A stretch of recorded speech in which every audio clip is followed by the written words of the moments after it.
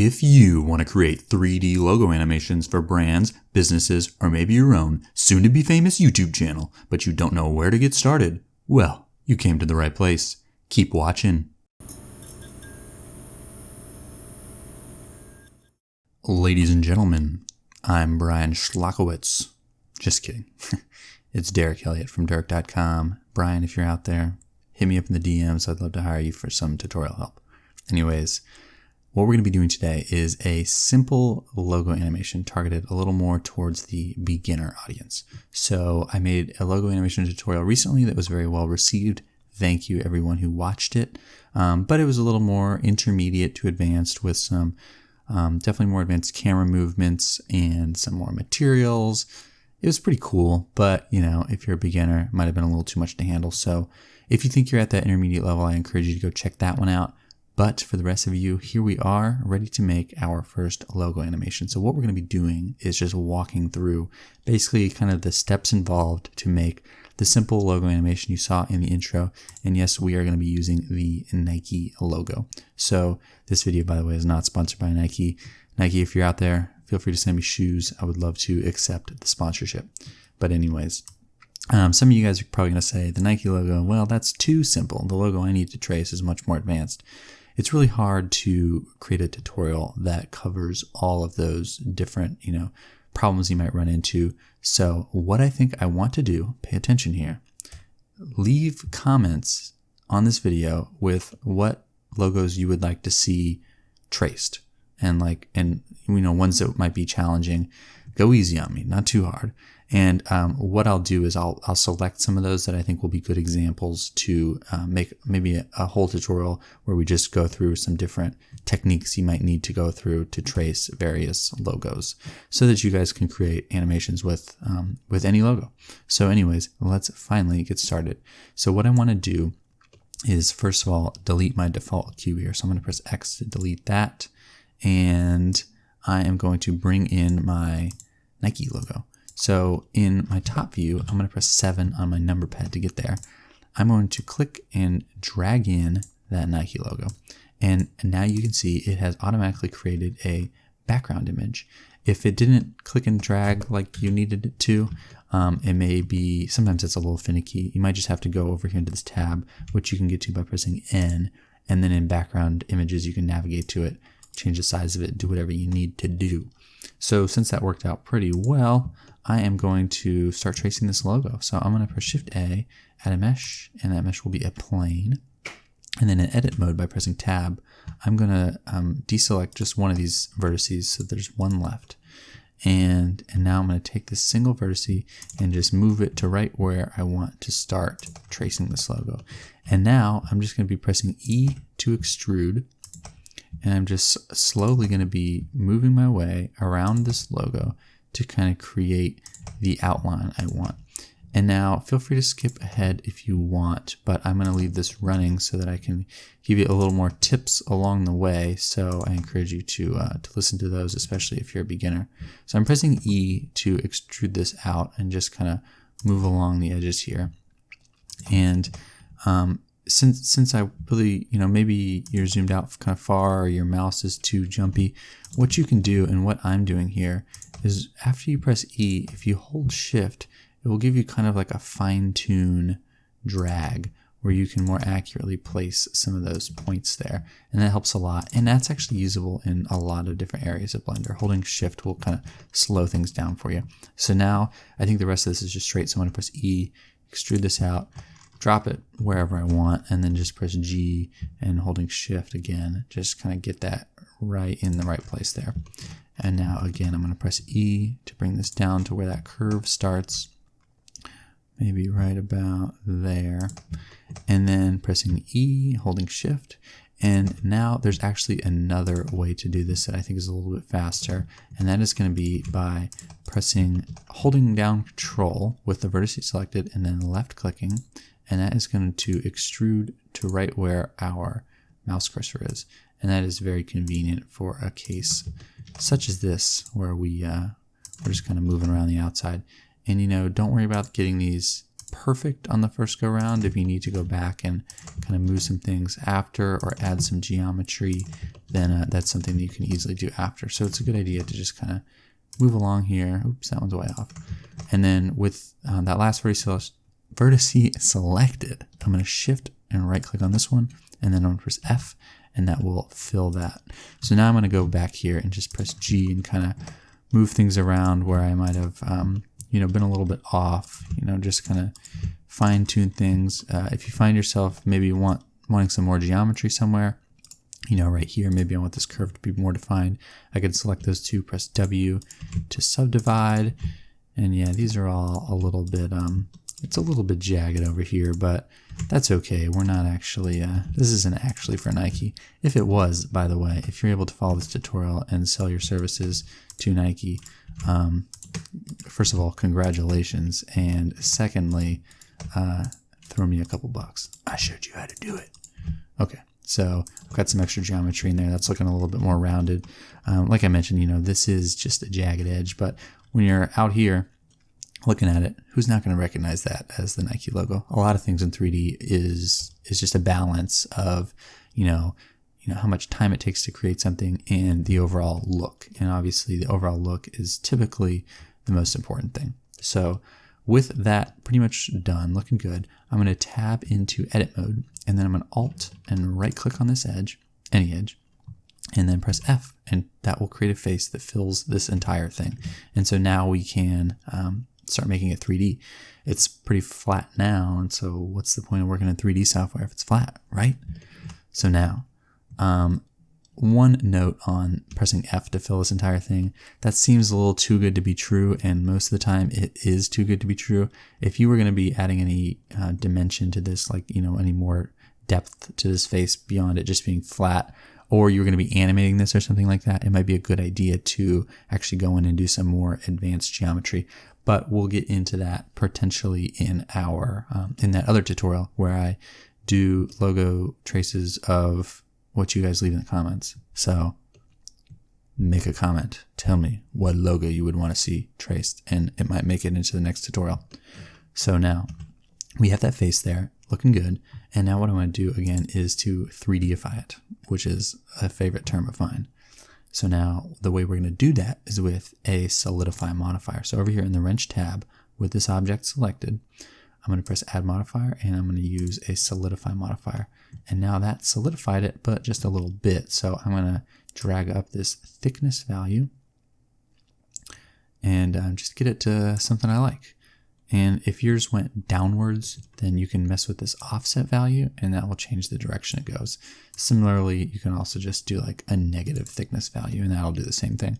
So I've got that looking good, but as we've done that, we've kind of created a new issue here where we see this banding here. And that's because this object is currently set to be shaded flat, but we want it to be smooth shaded. So what do? We just click smooth. Now it's like freaking beautiful. Look at it. No, it's not beautiful at all. The problem with just setting this to smooth and doing nothing else is that it's also trying to smooth this edge here.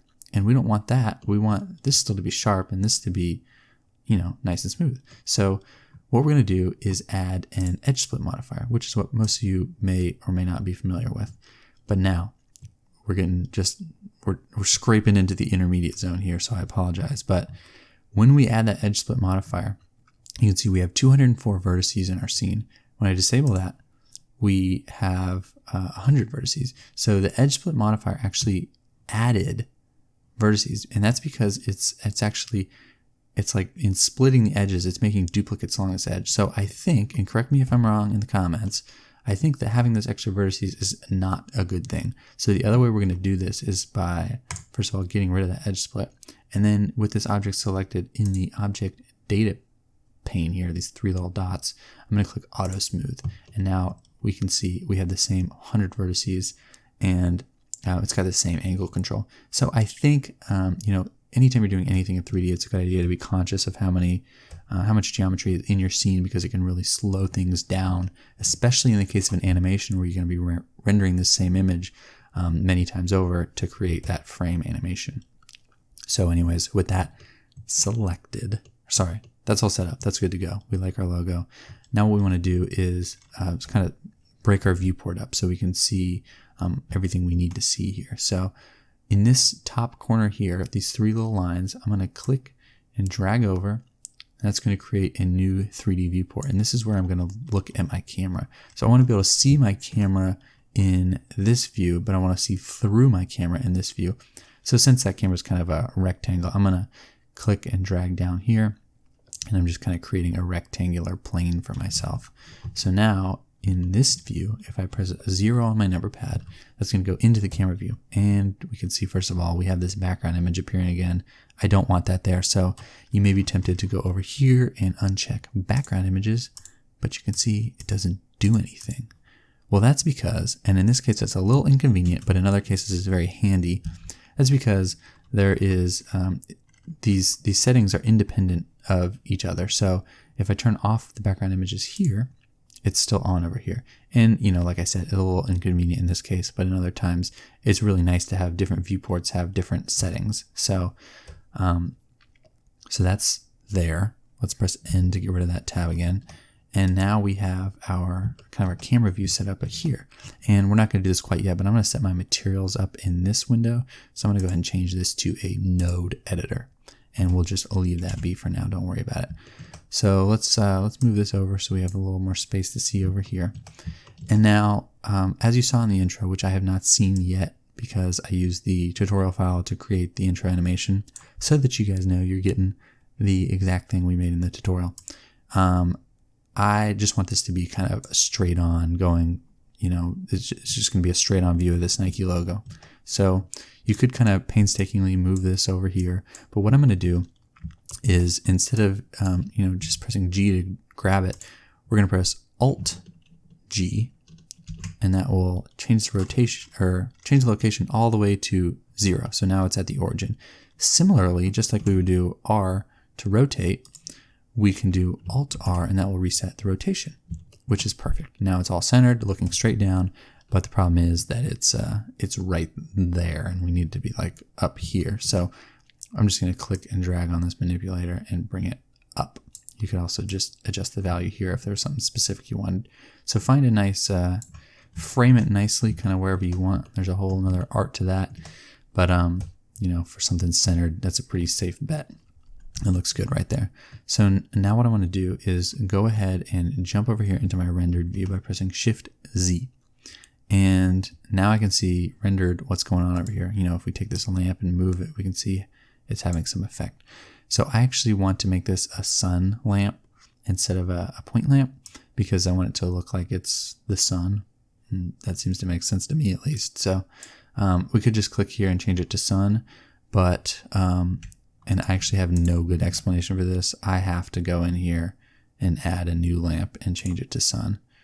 There's, maybe you're a stronger person than I am. So one thing I'm seeing here though is that there's no shadow here, and that's because I need to create that ground plane we were talking about earlier. So I'm gonna push Shift A and add a mesh plane.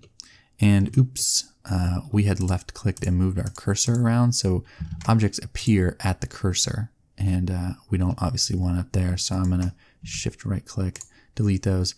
Now to reset our cursor in view, I'm going to press Shift C, and that will snap it to the center. And now I can add my plane, tab into edit mode, press S to scale it up, and get it so it's just off screen there. Now that's looking good. So when we want to move this sun around, you can see it's not actually like changing the lighting at all. And that's because with the sun lamp, it actually doesn't matter where it is, but what matters is the rotation of it. So when we press R twice to enter our free rotation mode, we can see that now we're getting some cool effects. So let's just kind of get that to somewhere we want. And this free rotation mode is a little bit tricky, I'll be honest, until you're familiar with it. So if you need to rotate it this way or just RZ to rotate it, then that works fine as well. So get it to somewhere you want, and that's what will be where it starts in our animation. So I think right there looks good. So now is a good time to find out how long you want your animation to be. So I think I want mine to be about 4 seconds long, and at 24 frames per second, that's going to be 96 frames total to create this 4-second animation at 24 frames per second. So if you weren't sure how to do the math, or maybe you want yours to be 5 seconds, then what you can do is actually do math in this tab right here. So I'm going to do 24 times 4, and it'll be 96. So for the math non-inclined, or whatever you call math illiterate, math something, that is a great tool for you. And I use it all the time. But if you need me to multiply anything by 24, then I can do it, because I've done so many damn animations at 24 frames per second. So anyways, before we get on any more of a tangent, we're going to insert a keyframe by right-clicking up here and insert keyframes. And that will insert rotation keyframes for this sun lamp at the frame we're on, which is frame 1. So now we set our end to 96. So I'm going to go all the way over to the end of our animation, which is at frame 96. And I want to change this rotation to tell it where to be at the end. So I'm just going to press R and Z to rotate around the Z axis to something like that. I think that looks pretty sexy. So we will right click and insert keyframes there. And you want to do that before you move anything around. So now you can see when I move this, we're getting that cool little shadow animation you saw in the intro, which I am seeing for the first time right now. And that looks pretty good. So now the last thing to do would be to go ahead and set up some, maybe it's a little dull right now. So these materials are white, but it's kind of dull. So we're going to go over into the sun tab and bump up that strength to like 3. I think that'll be good. Just make it a little bit brighter, get some more strong reflections. And maybe you want the shadow to be a little softer. You can bump up the size of the sun. But usually, unless it's a really cloudy day, this would be a pretty low value. So maybe we'll just bounce it up very slightly, something like that. And now to make this a little more interesting, I think one last thing I'm going to do is by right-clicking on that object, I'm just going to drag it up a little bit. So now it's kind of like floating. You can see we've got this kind of cool floating effect there. I like that. Maybe you don't. Do whatever you want. It's your logo animation. So now I have the animation set up, the camera's placed, the lighting is good. Now let's just mess around with some materials here. So I think what I want to do is, first of all, in the material tab here, I'm going to press new. You could also press it right here. I'm going to press new and call this ground. Always a good idea to name your materials. You don't have to, of course, but once you start getting a lot, it can be very confusing when there's a bunch in there and you haven't been naming them. So again, this is going to be stretching just barely into the intermediate zone, but I'm going to press X to delete this diffuse shader, and now it's black because there's no shader. And I'm going to add a principled shader, and you'll need to have a somewhat recent version of Blender to have access to that. And what this shader does, it looks very complicated, but it is very complicated, but you don't need to know why it's complicated. This does some more accurate lighting, like physics stuff. It does a lot of calculations for you that, before its existence, you would have had to know how to do on your own, but it does it automatically for you. So now we can use this to just kind of change the color to whatever we want. You might as well play around with this. My dad always said, don't cost nothing for something like this. He didn't actually talk like that, but it's, why not play around with these values, see what you get. I think I'm going to go with a Dirk red, which, argue with me in the comments all you want. The Dirk color is red. It is not orange. So yeah, I'm just putting my foot down right there. That looks pretty good. So let's see what this looks like with the animation. Yeah, that's looking good. Okay, so I'm getting a little bit of a shine up here that I don't really want. So with that ground material selected, I'm going to take this roughness and turn it all the way up to 1 so that it is less shiny. Now, that looks pretty good. I think I'm going to leave the logo white, but one thing I will do is add a material to it so that we can get those same accurate lighting results. So I'm going to name this material logo. Right click, delete that, add shader, principled. And when you create a new principled shader, the white it gives you is not actually a perfect white. And while that is a little bit more realistic, I want it to look nice and bright white. And we're working in 3D, so it doesn't have to be realistic, right? Nice, bright whites. So that's looking good. I think that does it pretty much for this portion of the tutorial. All you're going to want to do now is go over here into your render tab. Make sure you've got your samples set right. I think I want this to be cranked up to 100% size so that those YouTube videos can be nice 1080p. One of these days I'll do 4K, but not until I have a 4K monitor. So samples, whatever your computer can handle, the higher the better. I'm going to crank it up to something like 300 because I'm not actually going to be rendering this on my computer. I'm going to be rendering it on Render Street, which is a service I pay for.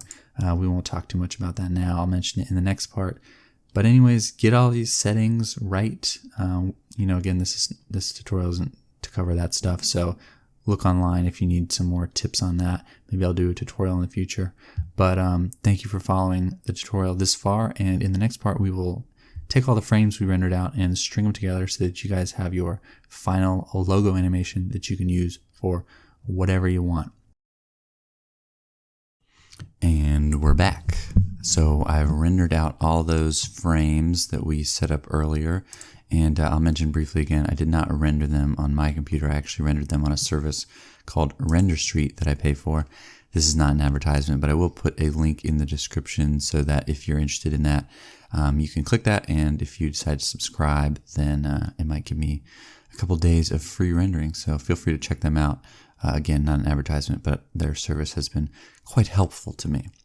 So now what we need to do is just string all those frames we rendered out together. And, to get into a good interface to do that, we could kind of move things around here. But Blender actually has some preset interface setups. If you click up here, and we're going to go down to the video editing one.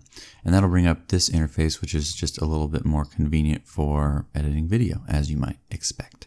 So now we just need to go down here and press Add Image.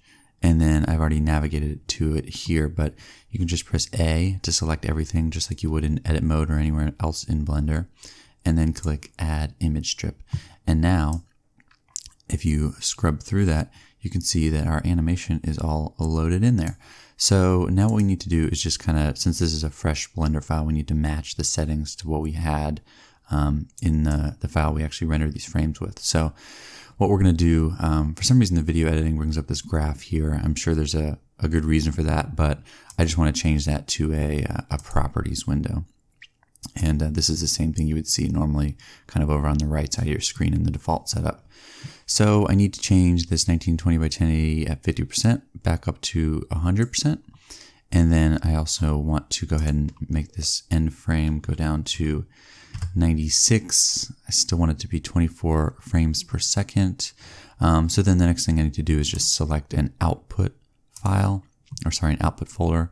So I'm going to drop that right there in my tutorial file. And yeah, we should be good here. I can press play to kind of preview that for the first time.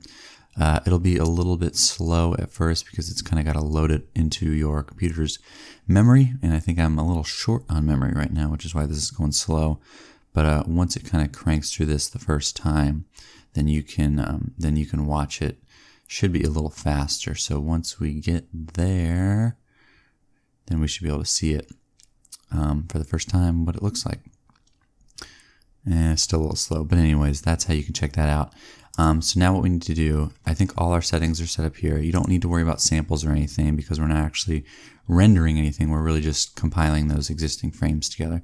So now what we need to do is change it from just being image format to some video format. You can use whatever you want. I'm not really an expert on that in particular, but look into what's going to be good for your needs and change that to something that's going to work for you. And then all you need to do is click Render Animation, and it will start cranking through those frames. This is just like if you were encoding a video in After Effects or some other movie editing software.